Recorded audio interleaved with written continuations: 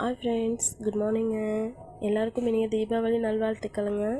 பட்டாசெல்லாம் கொஞ்சம் பார்த்து சேஃப்டியாக விடுங்க. நம்ம ஹாப்பினஸ்ஸாக இருக்கணும் தான். அதுக்கு வேண்டி நம்ம கேர்லெஸ்ஸாக இருக்கக்கூடாது. ஓகே, கொஞ்சம் பட்டாசெல்லாம் பார்த்து விடுங்க. குட்டீஸ் பெரியவங்க எல்லோரும் தான். நம்ம சுற்றுச்சூழல் வந்து ரொம்ப மாசுபடுத்த வேணாம். ஏனுவே ஹாப்பி தீபாவளி. வாங்க சமையல் பார்க்கலாம். இது வந்து குட்டி குட்டி மீனுங்க. அந்த மீன் பேர் எனக்கு தெரியல, உங்களுக்கு தெரிஞ்சால் கமெண்ட்ஸில் சொல்லுங்கள். இது வந்து இறால்னு நினைக்கிறேன். அது கூட குட்டி குட்டியாக வந்துருந்துச்சு. ஓகே, இதெல்லாம் வாங்கிட்டோமா. அப்புறமா வந்து நெய் மீன் வந்து ஒரு 2 கிலோ எடுத்தேங்க.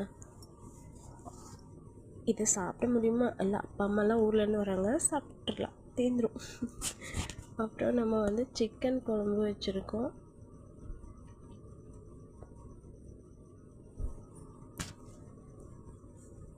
இந்த சிக்கன் குழம்புக்கு அடுத்ததாக வந்து பார்த்துட்டிங்கன்னா, நான் வந்து இந்த மீன் தலை பால் இதெல்லாம் போட்டு ஒரு மீன் குழம்பு.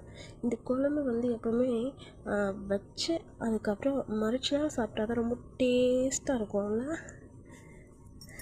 காய்கறி எல்லாம் போட்டு செஞ்சுருக்கேன். உருளைக்கிழங்கு, கத்திரிக்காய், முருங்காயும் மாங்காயும் தான் கிடைக்கல. இது வந்து அவங்க ஓனர் கொடுத்த தீபாவளி பட்டாசு. அவங்களுக்கு ரொம்ப நன்றிங்க. நம்மளை கீழே இருக்கிறவங்களாம் சந்தோஷப்படுத்தி பார்க்கணுன்னு நினச்சிருக்காங்க. ரொம்ப ரொம்ப நன்றி அவங்க ஓனருக்கு.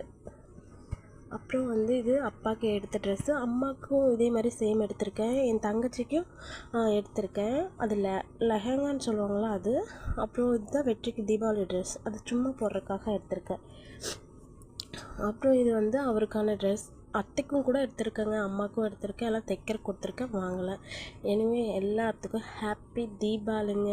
எல்லோரும் சந்தோஷமாக தீபாவளியை கொண்டாடுங்க. பபா.